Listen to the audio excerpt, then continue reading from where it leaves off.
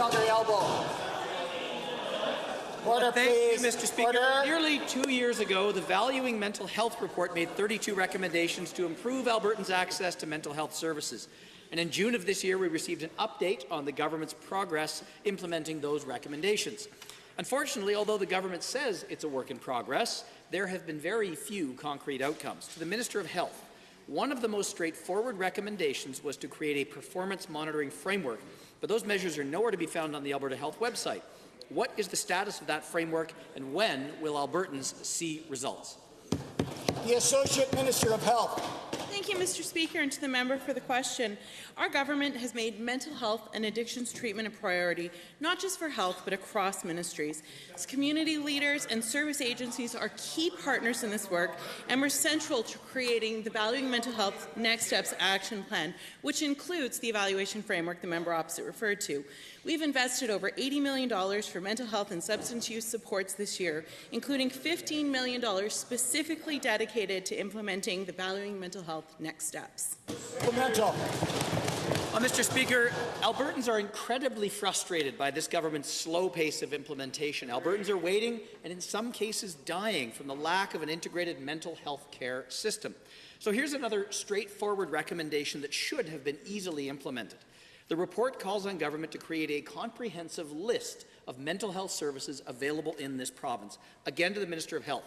In the nearly 2 years since the report was released, have you created this listing? And if so, where can Albertans find it?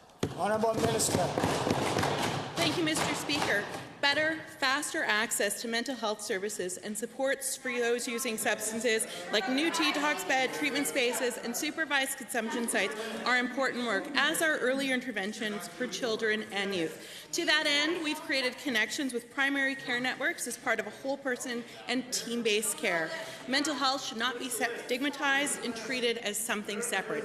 If any Albertans have any questions about mental health supports in their community, I encourage them to contact 211 or HealthLink through 811 and ask to be connected to the mental health support line.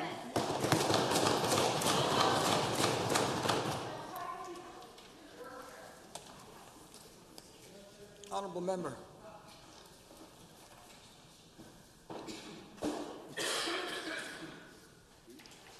Second supplemental. Thank you, Mr. Speaker. You know, they have the internet on computers now, and it's possible to create these things and put them online, so I'd expect to see a list. Mr. Speaker, the most recent health business plan contains only a single measurable goal when it comes to mental health. And while outpatient addiction treatment is certainly an important aspect of mental health, it is only one narrow part of a much larger problem. Again, to the Minister of Health. Why have you included only one of 32 recommendations from the Valuing Mental Health report in your 2017 to 2020 business plan, and what does this say about your government's commitment to mental health? The Associate Minister. Thank you, Mr. Speaker. Speaking of the internet, I would also like to highlight a website that's been launched by our government called helpforme.ca, that's the number 4, which specifically lists the resources for young people and children and their families.